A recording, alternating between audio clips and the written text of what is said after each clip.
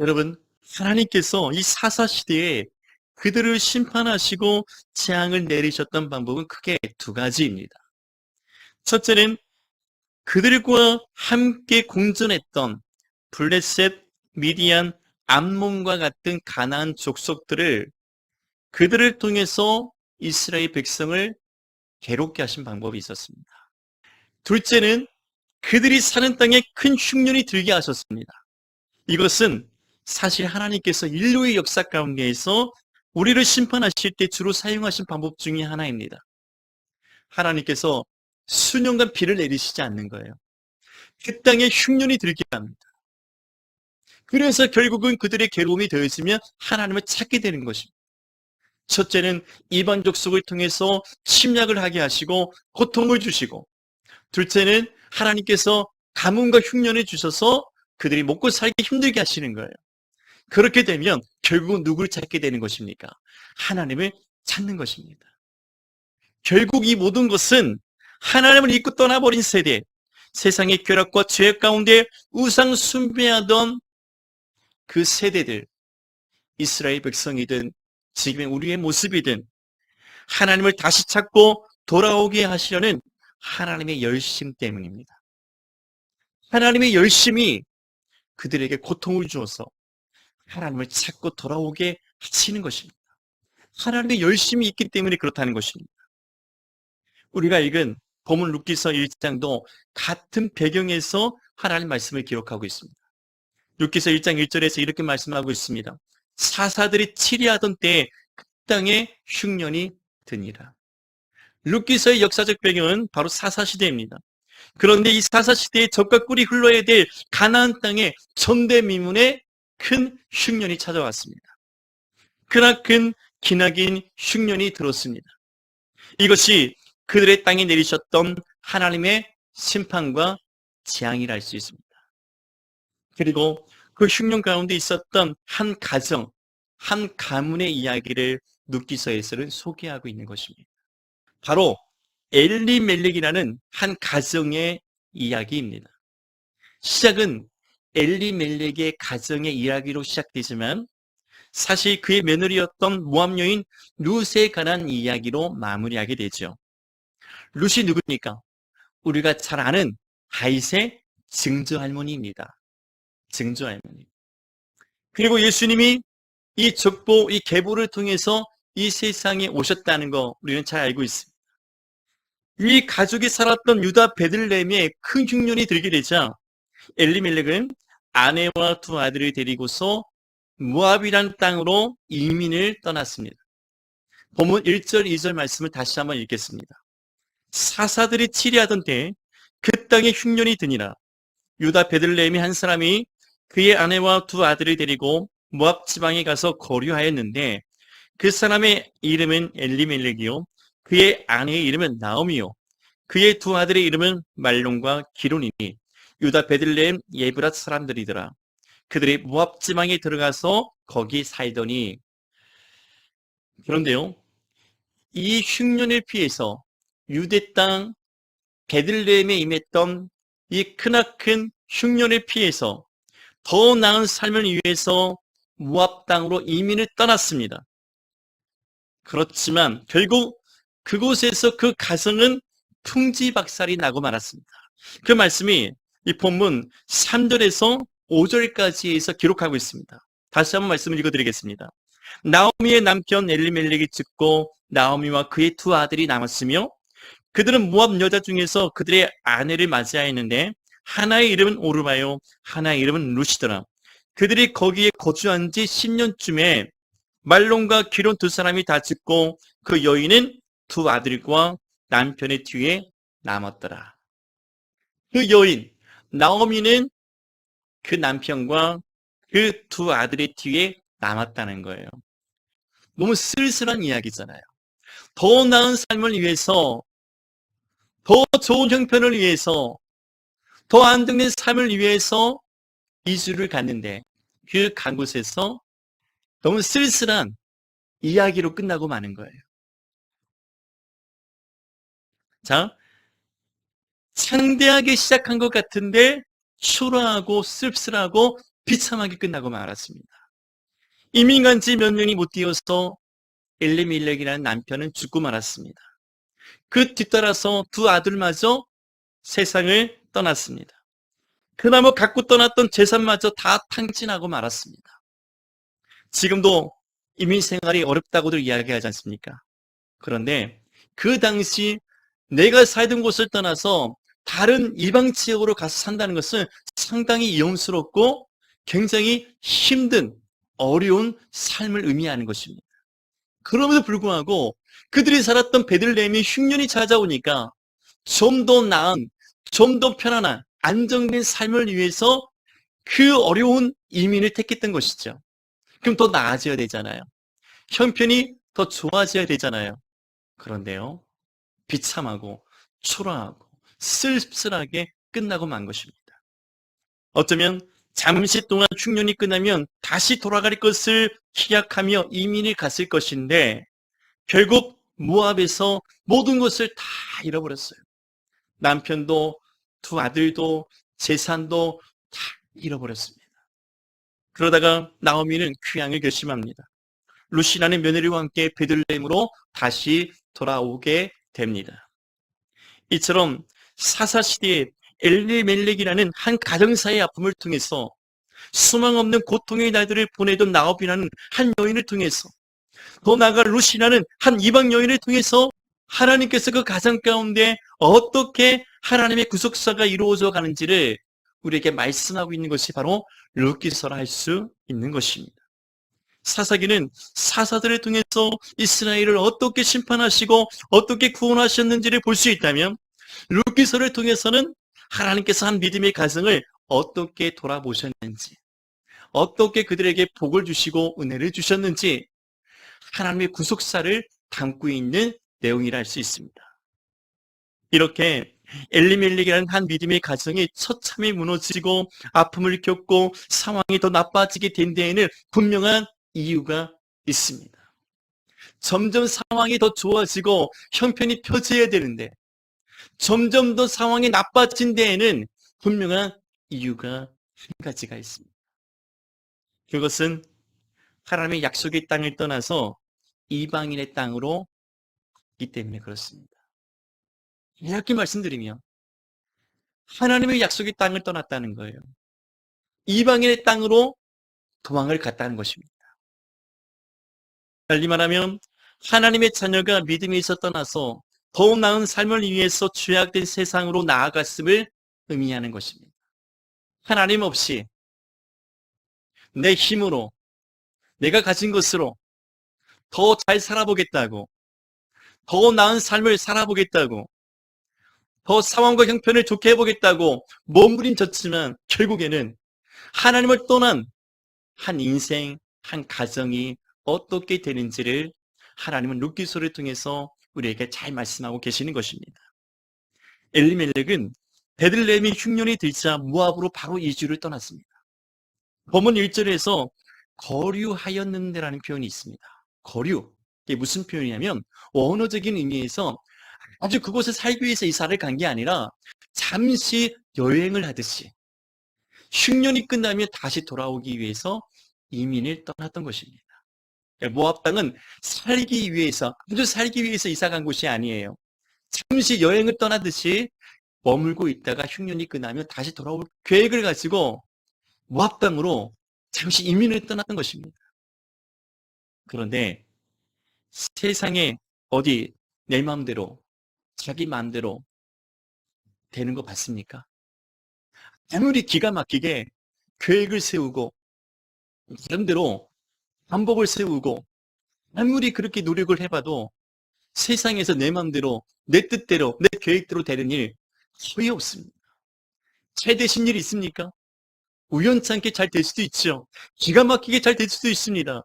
내가 세운 계획대로 내가 마음먹은 뜻대로 잘 될 수도 있지만 인생이라는 것은, 세상이라는 것은 그렇게 내 마음대로 내 계획대로 내 생각대로 마음대로 되는 것이 아니지 않습니까?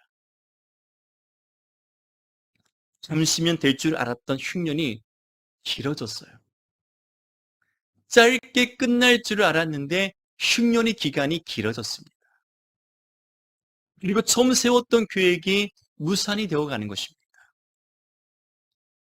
이 상황에서 남편이 죽었습니다. 10년쯤 되어서는 두 아들마저 죽어버렸습니다. 가지고 있던 모든 것을 다 소진하고 탕진하고 말았습니다. 그 세월이 모압으로 이주한 지 10년쯤 돼요. 즉 10년도 못 되어서 모든 것을 다 잃어버리게 됐다 그 말입니다. 모든 상황이 다 나빠지고 말았습니다. 이런 상황보다 더 나빠진 경우가 없었을 것입니다. 그런데요, 성경 전체를 놓고 보면 유대 땅 베들레헴이라는 곳은 영적으로 하나님의 세상 믿음 안에 거하는 것을 의미합니다. 역사적으로 보면 베들레헴은 예수님이 탄생한 곳이기도 합니다. 반면에 모압이라는 곳은 사해를 중심으로 베들레헴 정반대에 있는 곳입니다. 사해가 여기 있다면 베들레헴은 지중해 서안 쪽에 위치하고 있고, 반대로 모압이라는 곳은 사해 바로 이 동쪽에 위치하고 있는 곳이에요. 즉 베들레헴 정반대에 위치한 곳이 바로 모압이라는 곳입니다. 역사적으로는 이곳이 바로 소돔과 고모라가 위치해 있던 곳이기도 합니다. 멸망의 도시. 소돔과 고모라가 위치해 있었던 그 지역이 바로 이 모압 땅입니다. 즉 이들이 베들레헴을 떠나서 모압으로 갔다는 그 말은 세상의 안락을 위해서, 성공과 재물을 위해서 하나님의 약속을 저버리고 죄악된 세상으로 떠나갔음을 의미한다 그 말입니다. 단지 조금 더 잘 먹고 잘 살기 위해서, 조금 더 성공하고 부를 얻기 위해서, 조금 더 편안하고 안정적인 삶을 위해서 엘리멜렉의 가정은 약속의 땅을 버리고, 즉 하나님을 떠나서 언약을 버리고 이방인의 땅 모압 땅으로 도망갔다 그 말입니다. 그리고 또 엘리멜렉의 가정은요, 당시 베들레헴에서 유력한 집안이었습니다. 곧 재물과 명성이 있었던, 나름대로 신망이 있었던, 나름대로 유력한 집안이었단 말입니다. 더 나아가서 믿음의 본이 되어야 될 가정이었습니다. 그렇다면 비록 베들레헴이 크게 흉년이 들었다 할지라도 지역의 유력자였던, 신앙의 가문이었던 엘리멜렉의 가정은 베들레헴을 결코 떠나서는 안 되었습니다. 오히려 흉년을 당한 베들레헴 사람들을 돌아보고요, 자신의 것들을 나누며 도왔어야 하는데 어처구니 없게도 엘리멜렉의 가정은 자신들만 잘 먹고 잘 살겠다고 흉년을 피하여 꽁무니를 빼고 모압 땅으로 도망을 갔던 것입니다. 더욱이 왜 이스라엘의 흉년이 임했습니까? 하나님의 심판과 재앙으로 임한 거 아닙니까? 훗날 나오미가 모든 것을 잃고서 다시 며느리 룻과 베들레헴에 함께 돌아왔을 때 사람들이 이렇게 이야기했습니다. 이가 나오미가 아니냐? 이가 나오미가 아니냐? 그때 나오미가 이렇게 대답을 했습니다. 나오미가 그들에게 이르되 나를 나오미라 부르지 말고 나를 마가라 부르라. 이 전능자가 나를 심히 괴롭게 하셨음이니라. 내가 풍족하게 나갔더니 여호와께서 내게 비어 돌아오게 하셨느니라. 사람들이 아니 이 사람이 나오미 아니야?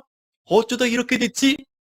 그 말투에는 조롱스럽긴 비웃음이 함께 있었던 것입니다. 물론 안타깝죠. 그리고 마음이 아프죠. 하지만 그렇게 도망갔던, 그렇게 도주했던 그 가정을 바라보면서 사람들은 비웃고 조롱스럽긴 이야기를 한 것입니다. 이에 대해서 나오미는 잘 알잖아요. 나를 나오미라 부르지 말아라. 나를 마라라 해라. 마라가 뭡니까? 괴로움이 더해지다는 뜻을 갖고 있습니다. 괴로움을 더하다.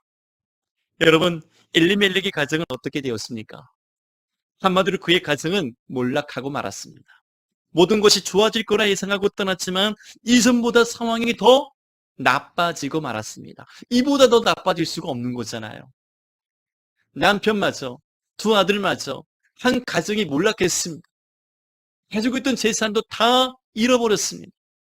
쉽게 말하면 거지가 되어서, 그것도 산거지가 되어서 빈털터리로 다시 돌아왔으니 얼마나 사람들의 비웃음거리, 조롱거리가 되었겠습니까? 그런 가정, 그런 사람을 하나님께서 어떻게 구원하셨는가? 어떻게 하나님이 그 가정을 통해서 하나님의 구속사를 이루어 가셨는지를 기록하고 있는 것이 바로 룻기서라 할 수 있는 것입니다. 여러분, 모든 것이 좋아질 거라 예상하고 떠났지만 이전보다 상황이 더 나빠졌습니다. 반면에 베들레헴과 유대 땅은 하나님께서 어떻게 행하셨습니까? 여호와께서 자기 백성을 돌보시사 그들에게 양식을 주셨던 것입니다. 그러나 엘리멜렉의 가정은 모압과 베들레헴 모두에게서 수치와 조롱거리가 되었고 잘 살기 위해서 갔지만 모든 것을 잃고서 거지가 되어 돌아왔다 그 말입니다.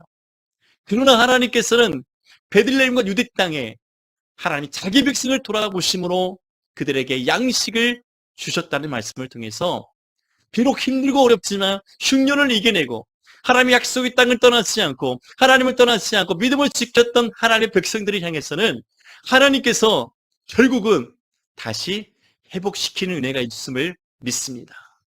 여러분, 아무리 힘들고 어렵다 할지라도 하나님의 약속의 말씀을 떠나지 마십시오.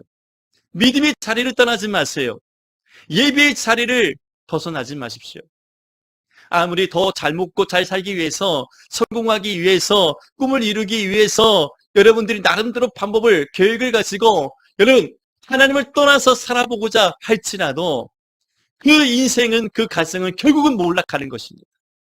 하나님을 떠난 세대, 하나님을 잊어버린 세대, 그 가정과 그 인생을 향하여 하나님은 반드시 심판하시는 거예요. 그러나 하나님은 아주 버리지 않습니다. 다시 그가 하나님께 돌아와 구원을 얻고 하나님의 구원의 놀라운 일들을 함께 이루어 나가는 축복도 베풀어 주시는 줄을 믿습니다.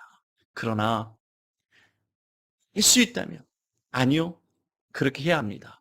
믿음의 자리에서 우리는 떠나면 안 됩니다. 약속의 말씀에서 떠나면 안 됩니다. 예배의 자리, 기도의 자리 절대로 떠나서 여러분 세상으로 돌아가지 않기를 주님의 이름으로 축원합니다. 하나님의 백성은, 하나님의 자녀는 어떤 경우에도 하나님을 떠나서 세상으로 가서는 안 됩니다.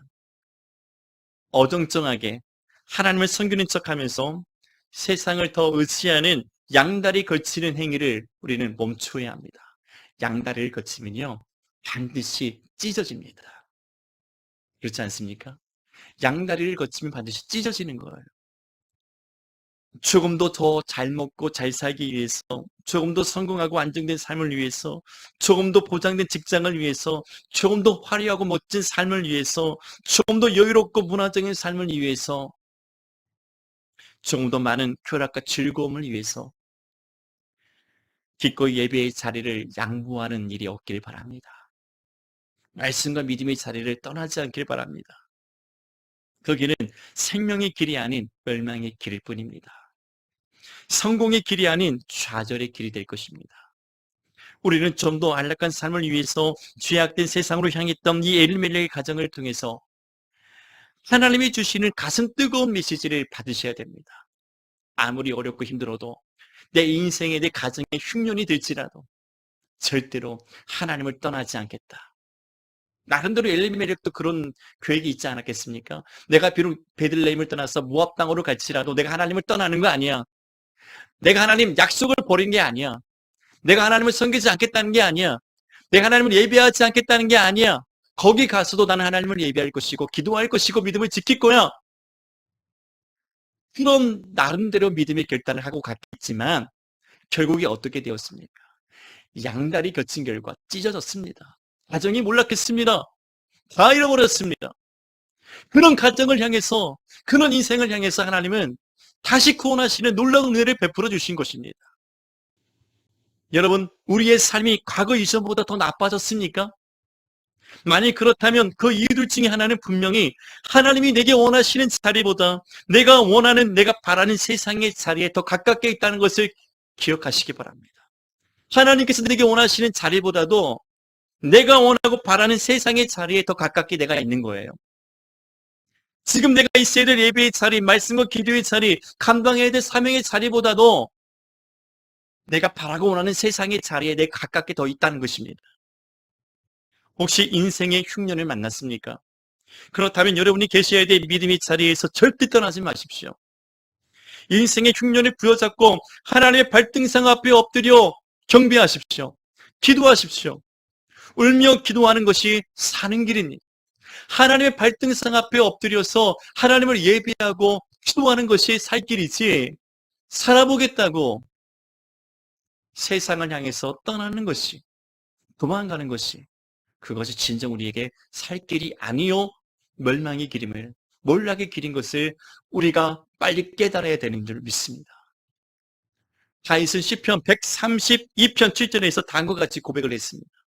우리가 그의 계신 곳으로 들어가서 그의 발등상 앞에서 엎드려 예배하리로다. 그 힘들고 어려웠던 상황에 다윗은 어떻게 했습니까? 오히려 도망가지 않고 오히려 하나님의 발등상 앞에 엎드려 하나님을 예배하고 하나님을 경배하며 기도했던 믿음의 사람. 이렇게 베들레헴에 남아있었던 하나님의 백성을 하나님께서 돌봐주셨습니다. 흉년을 끝내시고 다시 그 땅에 복을 주심으로 양식을 얻게 하시고 하나님께서 대적을 물리쳐 주시고 다시 평안과 번영의 복을 그 땅 백성들에게 주셨다 그 말입니다. 인생의 흉년을 만났다고 오히려 하나님을 떠나서 세상으로 달려가는 어리석은 자가 되지 않기를 바랍니다. 오히려 하나님께로 더 가까이, 더 잠잠히 나아오시길 바랍니다. 나를 위해 일하시며 역사하시는 하나님을 내 인생의 흉년에서 경험하시기 바랍니다. 내 인생의 광풍 속에서 바다를 잠잠케 하시고 바람을 잠잠케 하시고 거기에서 나를 위해서 구원하시며 일하시는 하나님의 능력, 그 주님의 능력을 경험하십시오. 여러분이 있는 인생의 흉년의 현장이, 광풍의 현장이 하나님이 나를 위해서 일하실 수 있는 가장 좋은 장소인 것입니다. 아멘. 거기에서 하나님이 내 인생을 몰락시키고 나를 아주 망하게 하시는 것이 아니라 그 현장에서 하나님이 나를 위해서 일하심으로 내가 발등상 앞에 엎드려서 하나님 앞에 예배하고 기도할 때 내게 가장 좋은 것을 주시는 하나님의 은혜를 경험해야 되지 않겠습니까? 인생의 흉년에, 인생의 광풍에서 하나님께서 내게 가장 좋은 것을 주시는 하나님의 놀라운 은혜를 경험하시는 우리 모두가 되시기를 주님의 이름으로 축원합니다.